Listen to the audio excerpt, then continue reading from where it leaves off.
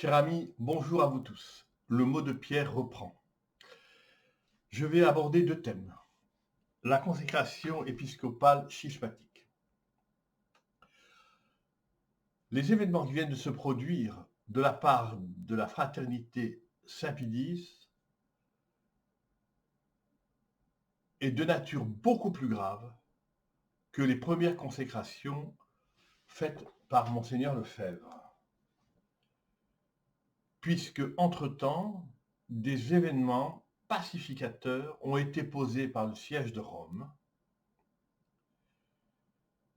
Et malgré cette charité, cette bienveillance, tant pour le pape Jean-Paul II que pour le pape Benoît XVI, même certaines dispositions prises par l'évêque de Rome François, et bien malgré tout, et malgré la lettre du pape Léon XIV au supérieur de la fraternité, rien n'y a fait.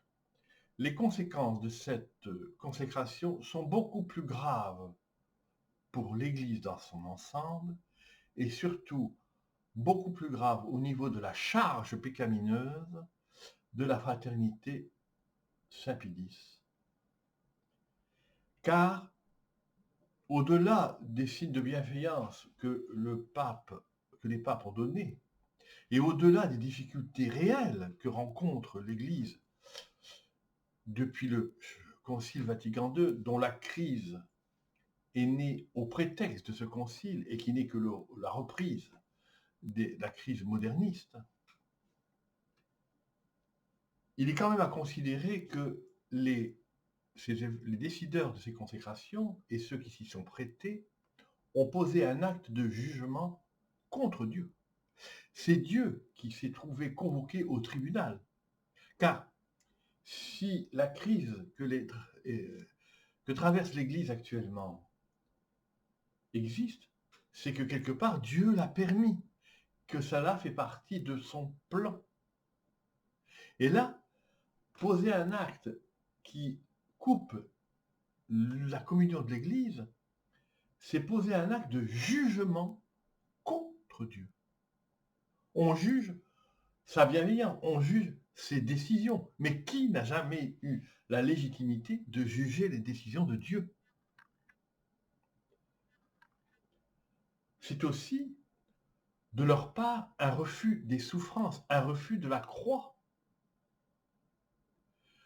Aussi loin que ma mémoire le permet quant aux Mariophanies, la Vierge Marie a toujours signifié, a toujours enseigné que la place du fidèle, du vrai fidèle, qu'il s'agisse du pape, des évêques, des prêtres, des religieux, des laïcs, c'est d'être avec elle, au pied de la croix, pour porter la souffrance de l'Église et permettre ainsi, par la grâce de Dieu, de rendre fécond ces épreuves, ce temps d'épreuves qui va s'accroître.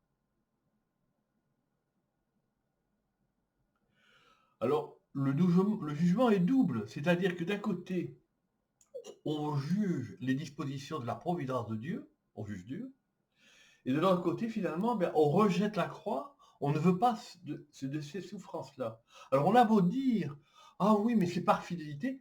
Quelle fidélité quand il n'y a pas la charité, quand il n'y a pas l'espérance et quand il n'y a pas la foi? Quelle fidélité! On n'a jamais sauvé l'Église en dehors de l'Église. Et on ne peut pas prétendre avoir un pied dedans et un pied dehors quand on fait des consécrations en opposition à l'autorité du successeur de Pierre.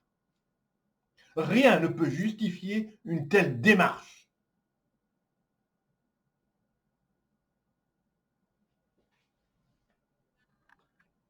Les conséquences sont immenses, parce que bientôt l'Antichrist va se manifester.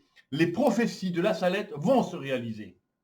Et qu'adva-t-il advenir des laïcs qui vont suivre avec confiance aveugle la fraternité Saint-Pédis? Eh bien, moi je vous le dis, les ultra-intégristes, les ultra-conservateurs, les ultra-progressistes, tout ce monde va suivre l'Antichrist. Ils n'auront aucune protection contre cet événement. Ils ne pourront pas l'affronter, ils se laisseront séduire par cette promesse d'ordre. Ah, l'ordre. Eh bien, un ordre sans la charité, sans la vérité, sans l'espérance, c'est la faute de la mort.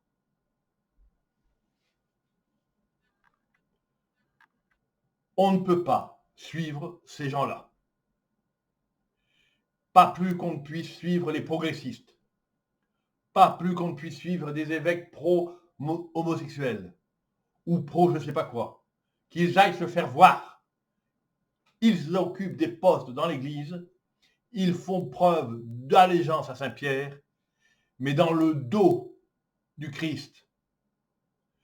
Et ces gens-là, ils doivent dégager également. Mais ça, c'est l'œuvre de Dieu. Ceci dit, je rappelle qu'un fidèle ayant la plénitude des sacrements a des pouvoirs dans l'ordre de son sacerdoce royal. Il peut s'opposer à un évêque. L'obéissance n'est pas irresponsabilité, ni dans un sens ni de l'autre. Mais de là à couper, à rompre les liens avec Rome, et en se proclamant, mais c'est pour un bien supérieur, mais non, on est contre le concile, mais on n'est pas contre le siège de Pierre. Arrêtez cette hypocrisie. Vous n'êtes plus de l'Église. Point final. Maintenant, voyons les incendies. Des amis m'ont pressé de faire un mot à ce sujet. Les catastrophes naturelles que produit l'eau, c'est la nature, avec les conséquences parfois des actes humains, mais c'est la nature. Un incendie, c'est la surnature, c'est l'ordre du mal, c'est l'ordre du démon. Alors le démon peut se servir de certains individus faibles d'esprit, mais la nature propre de la destruction par le feu, dans les conditions que nous connaissons, c'est l'ordre du mal. Alors qu'est-ce que ça veut dire? Dieu ne pourrait pas l'empêcher? Si, il pourrait l'empêcher. Encore faudrait-il que les évêques, que les prêtres fassent le nécessaire et interviennent eux-mêmes, se chauffent un peu et aillent au devant du feu avec les prières dont ils ont tout à fait le pouvoir pour arrêter le feu. Ma grand-mère me rapportait qu'enfant, elle avait été témoin d'un incendie d'un immeuble qui mettait en jeu beaucoup de monde. C'était tout un quartier qui risquait de cramer. Et elle a vu le curé de la paroisse, avec ses revêtant les pouvoirs sacerdotaux, s'avancer vers le feu, dire les prières d'exorcisme et arrêter le feu.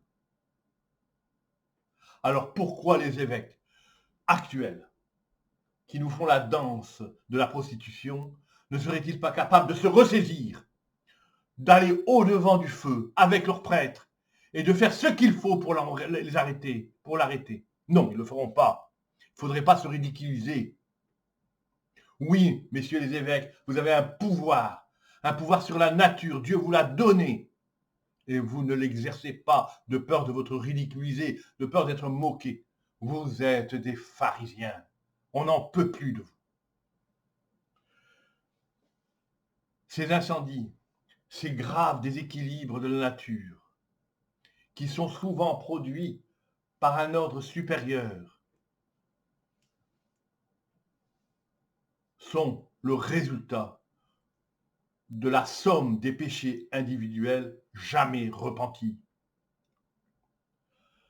Cette somme est si impressionnante, si prégnante dans les sociétés, qu'elle affaiblit la garde du cœur.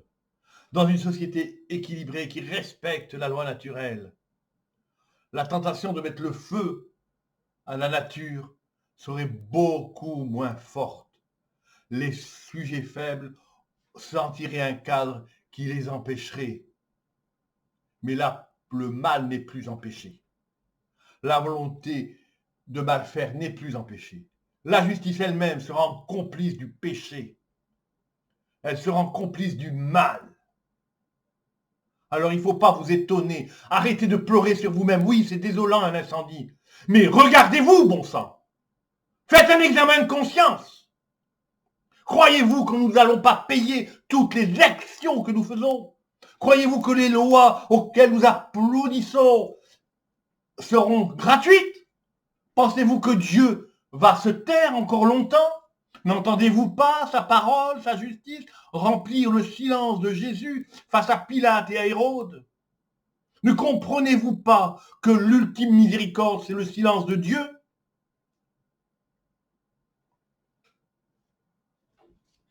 Prêtre, évêque, vous êtes responsable. Bien sûr que votre attitude nourrit, sans pour autant l'excuser, la position des intégristes et des ultra-conservateurs. Mais bon sang, ressaisissez-vous. Vous êtes pour le salut du monde. Vous êtes ordonnés à ce salut. Qu'est-ce que vous faites? Qu'est-ce que vous nous faites? On n'a pas besoin de votre danse du croupion avec le pouvoir en place. On ne vous demande pas d'être de gauche, d'être de droite. On vous demande d'être du Christ. Vous ne voulez pas parler des châtiments. Eh bien, si les châtiments arrivent, ils sont là. Ils ont commencé.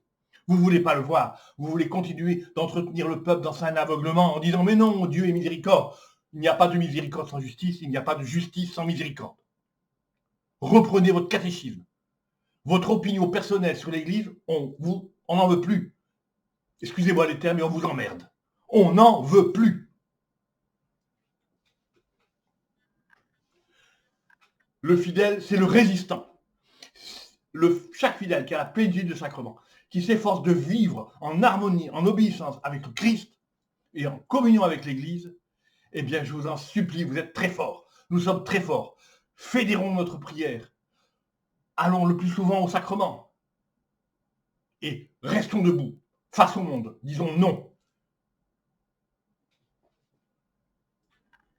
Arrêtez de vous plaindre. Vous êtes co-responsables de ce qui se passe. Nous le sommes tous. Tous les chrétiens baptisés, tous ceux qui ont la plénitude de sacrement, sont hyper responsables de la situation actuelle. Mais vous les prêtres et vous les évêques, il va vous tomber dessus des choses terribles, car vous aurez à répondre des actes de vos prédécesseurs qui n'ont jamais été réparés et que vous n'osez plus dénoncer et que vous frémissez. Oh, comme c'est triste la loi sur la fin de vie. Mais non, c'est pas bien. Mais qu'est-ce que vous avez fait en amont? Vous n'avez rien dit pour la contraception, vous n'avez rien dit pour le divorce, vous n'avez rien dit pour l'avortement. Et pour la loi de bioéthique, ça. Non seulement vous n'avez rien dit, mais la plupart d'entre vous, vous en êtes rendus responsables, co-responsables. Alors arrêtez de pleurer sur des lois qui sont maintenant inévitables. Vous en êtes responsables plus que les politiques, parce que vous avez empêché les résistances. Je souhaite un jour être confronté à un évêque à la télévision. Et les Français sauront ce que c'est que la vérité. Mais que Dieu vous en garde. Merci mes amis, à bientôt.